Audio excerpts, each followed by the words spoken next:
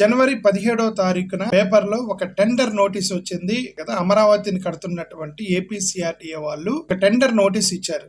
3,527 కోట్ల రూపాయలు ఈసీవీ వాల్యూ, అంటే estimated contract value. Proposal for engagement of project management consultancy. Project management consultancy వాళ్ళు documentation చేస్తారు, ఎలా వెళ్ళాలనేది ఒక డిజైన్ ఇస్తారు, ఎంత ఖర్చు పెట్టాలి, ఎక్కడ ఖర్చు పెట్టాలి అనేటువంటి ఫైనాన్షియల్ ప్లానింగ్ ఇస్తారు. ఆ యొక్క కన్స్ట్రక్షన్ దగ్గరికి వెళ్ళి సరిగా కడుతున్నారా లేదా అనేది చూస్తారు. వీళ్ళని కన్సల్టెన్సీస్ అంటారు. సెక్రటేరియట్ బిల్డింగ్ కట్టడానికి సలహాలు ఇచ్చేటువంటి ఒక కన్సల్టెన్సీ ఫర్మ్. ఎలా కట్టాలి అని చెప్పే వాళ్ళు, డిజైన్ చేయాలని చెప్పే వాళ్ళ ఖర్చు 3,527 కోట్ల రూపాయలు అయితే ఇక సెక్రటేరియట్ కట్టడానికి ఎంత అవుతాయి మనకు తెలియదు. ఆ ఆర్కిటెక్చర్స్ ఏమైనా ఆకాశం నుంచి దిగొచ్చారా మనకైతే తెలియదు. వాళ్ళు ఇచ్చేటువంటి డిజైన్ ఏంటి, this is the highest PMG value in Andhra Pradesh history అని నేను అనుకుంటాను నా నాలెడ్జ్ ప్రకారం. ఇక రెండో టెండర్ కూడా చూసాక 17వ తారీఖు జనవరి 1, 2025 తారీఖున వచ్చింది. అంటే ఇది కూడా పిఎంసీ కన్సల్టెన్సీ. సెక్రటేరియట్ కట్టడానికి ఒక టెండర్, అసెంబ్లీ కట్టడానికి ఒక టెండర్. ఆ 3,527 కోట్లలో అసెంబ్లీ కట్టడానికి లేదు, ఓన్లీ సెక్రటేరియట్ కట్టడానికి. అసెంబ్లీ ఎట్లా కట్టాలని సలహాదారులకి 592.14 కోట్ల రూపాయలు అని చెప్పి టెండర్కి నోటీసులు ఇచ్చారు.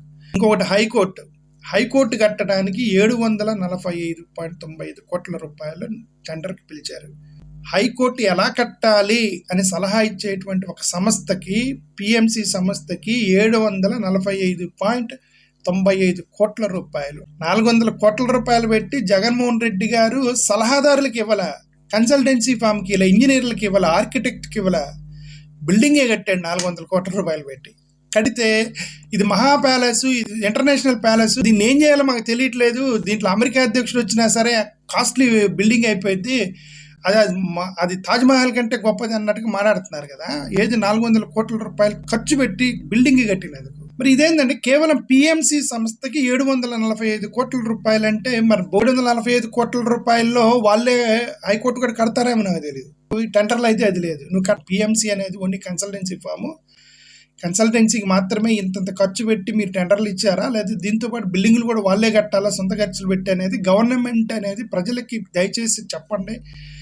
ఇంత 3,500 కోట్ల రూపాయలు కేవలం ఒక డిజైన్ చేసినటువంటి ఆర్కిటెక్చర్ ఫామ్కి, అడ్వైజరీ ఫామ్కి 592 కోట్ల రూపాయలు పెట్టి కేవలం అసెంబ్లీ కట్టడానికి సలహా ఇచ్చిన వాళ్ళకి, 745 కోట్ల రూపాయలు పెట్టి హైకోర్టు కట్టడానికి సలహా ఇచ్చిన వాళ్ళకి, సలహాదారులకు మాత్రమే పే చేస్తున్నారా, లేదంటే ఈ ఖర్చుతో పాటు బిల్డింగ్ కూడా వాళ్ళే కట్టాలా?